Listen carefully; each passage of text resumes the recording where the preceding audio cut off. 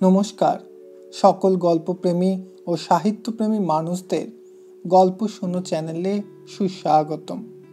আজ রবীন্দ্রনাথ ঠাকুরের লেখা কালান্তর প্রবন্ধের প্রথম পর্বের প্রথম খণ্ড পাঠ করছি। একদিন চণ্ডীমণ্ডপে আমাদের আখড়া বসত। আলাপ জমত পাড়া পড়শিদের জুটিয়ে। আলোচনার বিষয় ছিল গ্রামের সীমার মধ্যেই বদ্ধ। পরস্পরকে নিয়ে রাগে দেশে, গল্পে গুজবে, তাসে পাশায় এবং তার সঙ্গে ঘন্টা ৩-৪ পরিমাণে দিবানিদ্রা মিশিয়ে দিনটা যেত কেটে। তার বাইরে মাঝে মাঝে চিত্তানুশীলনার যে আয়োজন হতো সে ছিল যাত্রা, সংকীর্তন, কথকতা, রামায়ণ পাঠ, পাঁচালী, কবিগান নিয়ে। তার বিষয়বস্তু ছিল পুরা কাহিনী ভাণ্ডারে চিরসঞ্চিত। যে জগতের মধ্যে বাস সেটা সংকীর্ণ এবং অতি পরিচিত। তার সমস্ত তথ্য এবং রসধারা বংশানুক্রমে বৎসরে বৎসরে বারবার হয়েছে আবর্তিত অপরিবর্তিত চক্রপথে। সেইগুলিকে অবলম্বন করে আমাদের জীবনযাত্রার সংস্কার নিবিড় হয়ে জমে উঠেছে। সেই সকল কঠিন সংস্কারের ইট পাথর দিয়ে আমাদের বিশেষ সংসারের নির্মাণ কার্য সমাধা হয়ে গিয়েছিল। এই সংসারের বাইরে মানব ব্রহ্মাণ্ডের দিক দিগন্তে বিরাট ইতিহাসের অভিব্যক্তি নিরন্তর চলেছে। তার ঘূর্ণমান নিহারিকা আদ্যোপান্ত সনাতন প্রথায় ও শাস্ত্র বচনে চিরকালের মতো স্থাবর হয়ে ওঠেনি। তার মধ্যে এক অংশের সঙ্গে আর এক অংশের ঘাত সংঘাতে নব নব সমস্যা সৃষ্টি হচ্ছে। ক্রমাগতই তাদের পরস্পরের সীমানার সংকোচন প্রসারণে পরিবর্তিত হচ্ছে ইতিহাসের রূপ। এ আমাদের গোচর ছিল না। বাইরে থেকে প্রথম বিরুদ্ধ আঘাত লাগলো মুসলমানের, কিন্তু সে মুসলমানও প্রাচীন প্রাচ্য, সেও আধুনিক নয়। সেও আপন অতীত শতাব্দীর মধ্যে বদ্ধ। বাহুবলে সে রাজ্য সংগঠন করেছে, কিন্তু তার চিত্তের সৃষ্টি বৈচিত্র্য ছিল না। এই জন্যে সে যখন আমাদের দিগন্তের মধ্যে স্থায়ী বাসস্থান বাঁধলে তখন তার সঙ্গে আমাদের সংঘর্ষ ঘটতে লাগলো। কিন্তু সে সংঘর্ষ বাহ্য, এক চিরপ্রথার সঙ্গে আর এক চিরপ্রথার, এক বাঁধা মতের সঙ্গে আর এক বাঁধা মতের। রাষ্ট্রপ্রণালীতে মুসলমানের প্রভাব প্রবেশ করেছে, চিত্তের মধ্যে তার ক্রিয়া সর্বতোভাবে প্রবল হয়নি। তারই প্রমাণ দেখি সাহিত্যে। তখনকার ভদ্র সমাজে সর্বত্রই প্রচলিত ছিল ফার্সি, তবু বাংলা কাব্যের প্রকৃতিতে এই ফার্সি বিদ্যার স্বাক্ষর পড়েনি। একমাত্র ভারতচন্দ্রের বিদ্যাসুন্দরে মার্জিত ভাষায় ও অস্খলিত ছন্দে যে নাগরিকতা প্রকাশ পেয়েছে, তাতে ফার্সি পড়া স্মিত পরিহাসপটু বৈদগ্ধ্যের আভাস পাওয়া যায়। তখনকার বাংলা সাহিত্যের প্রধানত দুই ভাগ ছিল, এক মঙ্গল কাব্য আর এক বৈষ্ণব পদাবলী। মঙ্গল কাব্যে মাঝে মাঝে মুসলমান রাজ্য শাসনের বিবরণ আছে, কিন্তু তার বিষয়বস্তু কিংবা মনস্তত্ত্বে মুসলমান সাহিত্যের কোনো ছাপ দেখিনে। বৈষ্ণব গীতিকাব্যে তো কথাই নেই। অথচ বাংলা ভাষায় ফার্সি শব্দ জমেছে বিস্তর। তাছাড়া সেদিন অন্তত শহরে, রাজধানীতে পার্শ্বিক আদব কায়দার যথেষ্ট প্রাদুর্ভাব ছিল।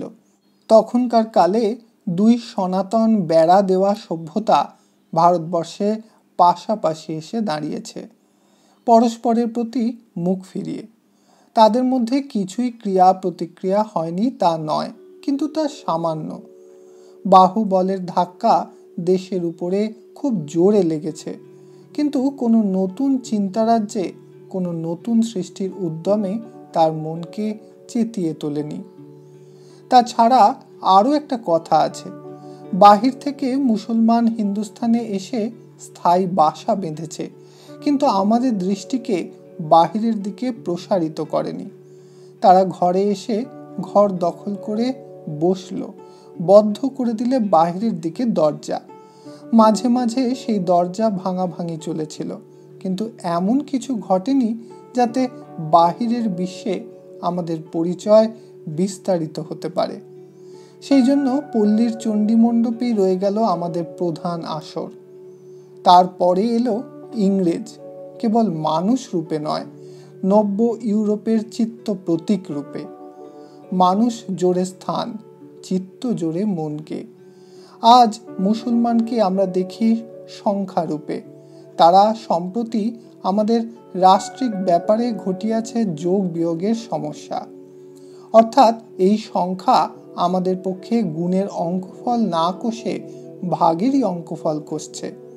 দেশে এরা আছে, অথচ রাষ্ট্র জাতিগত ঐক্যের হিসাবে এরা না থাকার চেয়েও দারুণতর। তাই ভারতবর্ষের লোকসংখ্যা তালিকায় তার অতি বহুলত্ব নিয়ে সবচেয়ে শোকাবহ হয়ে উঠল। ইংরেজের আগমন ভারতবর্ষের ইতিহাসে এক বিচিত্র ব্যাপার। মানুষ হিসাবে তারা রইল মুসলমানদের চেয়েও আমাদের কাছ থেকে অনেক দূরে। কিন্তু ইউরোপের চিত্ত দূত রূপে ইংরেজ এত ব্যাপক ও গভীরভাবে আমাদের কাছে এসেছে যে আর কোনো বিদেশি জাত কোনো দিন এমন করে আসতে পারেনি। ইউরোপীয় চিত্তের জঙ্গম শক্তি আমাদের স্থাবর মনের উপর আঘাত করল।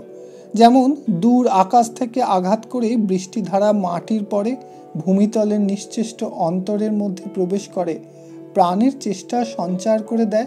সেই চেষ্টা বিচিত্র রূপে অঙ্কুরিত বিকশিত হতে থাকে। এই চেষ্টা যে ভূখণ্ডে একেবারে না ঘটে সেটা মরুভূমি। তার যে একান্ত অনন্য যোগিতা সে তো মৃত্যুর ধর্ম। আমরা ইউরোপের কার কাছ থেকে কি কতটুকু পেয়েছি তাই অতি সূক্ষ্ম বিচারে চুনে চুনে অনেক পরিমাণে কল্পনা ও কিছু পরিমাণে গবেষণা বিস্তার করে আজকাল কোনো কোনো সমালোচক আধুনিক লেখকের প্রতি কলম উদ্যত করে নিপুণ ভঙ্গিতে খোঁটা দিয়ে থাকেন। একদা রেনেসাঁসের চিত্তবেগ ইটালি থেকে উদ্বেল হয়ে সমস্ত ইউরোপের মনে যখন প্রতিহত হয়েছিল, তখন ইংল্যান্ডের সাহিত্য স্রষ্টাদের মনে তার প্রভাব যে নানা রূপে প্রকাশ পেয়েছে সেটা কিছুই আশ্চর্যের কথা নয়। না হলেই সেই দৈনকে বর্বরতা বলা যেত। সচল মনের প্রভাব সজীব মন না নিয়ে থাকতেই পারে না। এই দেওয়া নেওয়ার প্রবাহ সেইখানেই নিয়ত চলেছে যেখানে চিত্ত বেঁচে আছে, চিত্ত জেগে আছে। বর্তমান যুগের চিত্তের জ্যোতি পশ্চিম দিগন্ত থেকে বিচ্ছুরিত হয়ে মানব ইতিহাসের সমস্ত আকাশ জুড়ে উদ্ভাসিত। দেখা যাক তার স্বরূপটা কি। একটা প্রবল উদ্যমের বেগে ইউরোপের মন ছড়িয়ে পড়েছে সমস্ত পৃথিবীতে। শুধু তাই নয়, সমস্ত জগতে। যেখানেই সে পা বাড়িয়েছে সেখানটায় সে অধিকার করেছে। কিসের জোরে? সত্য সন্ধানের সততায়, বুদ্ধির আলস্যে, কল্পনার কুহকে, আপাত প্রতীয়মান সাদৃশ্যে, প্রাচীন পাণ্ডিত্যের অন্ধ অনুবর্তনায় সে আপনাকে ভোলাতে চায়নি। মানুষের স্বাভাবিক প্রবৃত্তি যা বিশ্বাস করে, নিশ্চিন্ত থাকতে চায়, তার প্রলোভনকেও সে নির্মমভাবে দমন করেছে। নিজের সহজ ইচ্ছার সঙ্গে সঙ্গত করে সত্যকে সে যাচাই করেনি। প্রতিদিন জয় করেছে সে জ্ঞানের জগৎকে, কেননা তার বুদ্ধির সাধনা বিশুদ্ধ, ব্যক্তিগত মোহ থেকে নির্মুক্ত। যদিও আমাদের চারিদিকে আজও পঞ্জিকার প্রাচীর খোলা আলোর প্রতি সন্দেহ উদ্যত করে আছে, তবু তার মধ্যে ফাঁক করে ইউরোপের চিত্ত আমাদের প্রাঙ্গণে প্রবেশ করেছে। আমাদের সামনে এনেছে জ্ঞানের বিশ্বরূপ। মানুষের বুদ্ধির এমন একটা সর্বব্যাপী ঔৎসুক্য আমাদের কাছে প্রকাশ করেছে যা অহেতুক আগ্রহে নিকটতম, দূরতম, অনুতম, বৃহত্তম, প্রয়োজনীয় সমস্তকেই সন্ধান, সমস্তকেই অধিকার করতে চায়। এইটা দেখিয়েছে যে জ্ঞানের রাজ্যে কোথাও ফাঁক নেই। সকল তথ্যই পরস্পর অচ্ছেদ্য সূত্রে গ্রথিত। চতুরানন বা পঞ্চাননের কোনো বিশেষ বাক্য বিশ্বের ক্ষুদ্রতম সাক্ষীর বিরুদ্ধে আপন অপ্রাকৃত প্রামাণিকতা দাবি করতে পারে না। বিশ্বতত্ত্ব সম্বন্ধে যেমন, তেমনি চরিত্র নীতি সম্বন্ধেও। নতুন শাসনে যে আইন এলো তার মধ্যে একটি বাণী আছে, সে হচ্ছে এই যে ব্যক্তি ভেদে অপরাধের ভেদ ঘটে না। ব্রাহ্মণই শূদ্রকে বধ করুক বা শূদ্রই ব্রাহ্মণকে বধ করুক, হত্যা অপরাধের পংক্তি একই, তার শাসনও সমান।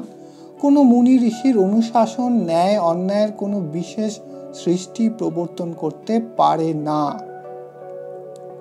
সমাজে উচিত অনুচিতের ওজন, শ্রেণীগত অধিকারের বাটখারা যোগে আপন নিত্য আদর্শের তারতম্য ঘটাতে পারবে না। এ কথাটা এখনো আমরা সর্বত্র অন্তরে অন্তরে মেনে নিতে পেরেছি তা নয়, তবু আমাদের চিন্তায় ও ব্যবহারে অনেকখানি বিপ্লব এনেছে সন্দেহ নেই। সমাজ যাদের অস্পৃশ্য শ্রেণীতে গণ্য করেছে তাদেরও আজ দেবালয়ে প্রবেশে বাধা দেওয়া উচিত নয়, এই আলোচনাটা তার প্রমাণ। যদিও একদল লোক নিত্য ধর্মনীতির উপর ভর না দিয়ে এর অনুকূলে শাস্ত্রের সমর্থন আওড়াচ্ছেন, তবু সেই আপ্ত বাক্যের ওকালতিটাই সম্পূর্ণ জোর পাচ্ছে না। আসল এই কথাটাই দেশের সাধারণের মনে বাজছে যে যেটা অন্যায় সেটা প্রথাগত, শাস্ত্রগত বা ব্যক্তিগত গায়ের জোরে শ্রেয় হতে পারে না।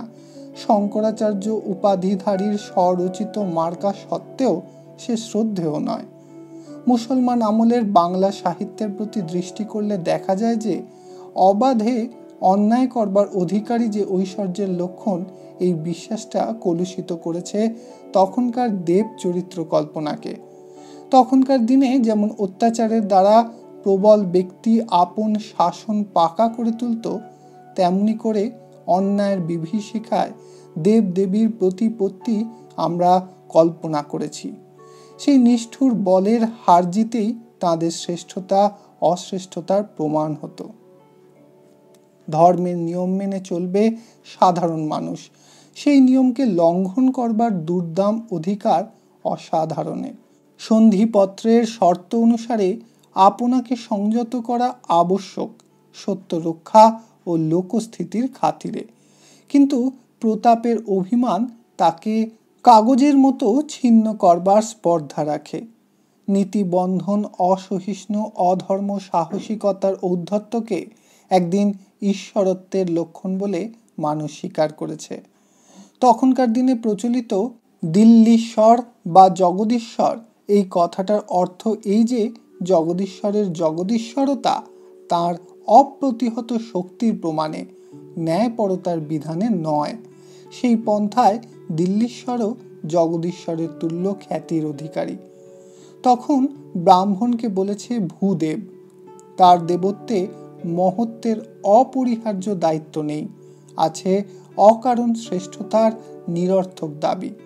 এই অকারণ শ্রেষ্ঠতা ন্যায় অন্যায়ের উপরে, তার প্রমাণ দেখি স্মৃতিশাস্ত্রে। শূদ্রের প্রতি অধর্মাচরণ করবার অব্যাহত অধিকারে। ইংরেজ সাম্রাজ্য মোগল সাম্রাজ্যের চেয়েও প্রবল ও ব্যাপক সন্দেহ নেই, কিন্তু এমন কথা কোনো মূঢ়ের মুখ দিয়ে বেরোতে পারে না যে উইলিংডনও বা জগদীশ্বরও। তার কারণ আকাশ থেকে বোমা বর্ষণে শত্রুপল্লী বিধ্বংসনের নির্মম শক্তি দ্বারা ঈশ্বরত্বের আদর্শের তুল্যতা আজ কেউ পরিমাপ করে না। আজ আমরা মরতে মরতেও ইংরেজ শাসনের বিচার করতে পারি ন্যায় অন্যায়ের আদর্শে। এ কথা মনে করি নে কোনো দোহাই পেরে শক্তিমানকে অসংযত শক্তি সংহরণ করতে বলা অশক্তের পক্ষে স্পর্ধা। বস্তুত ন্যায় আদর্শের সর্বভূমিনতা স্বীকার করে এক জায়গায় ইংরেজ রাজের প্রভূত শক্তি আপনাকে অশক্তের সমান ভূমিতেই দাঁড় করিয়েছে। ইতি কালান্তর প্রবন্ধের প্রথম পর্বের প্রথম খণ্ড সমাপ্ত হলো। ধন্যবাদ।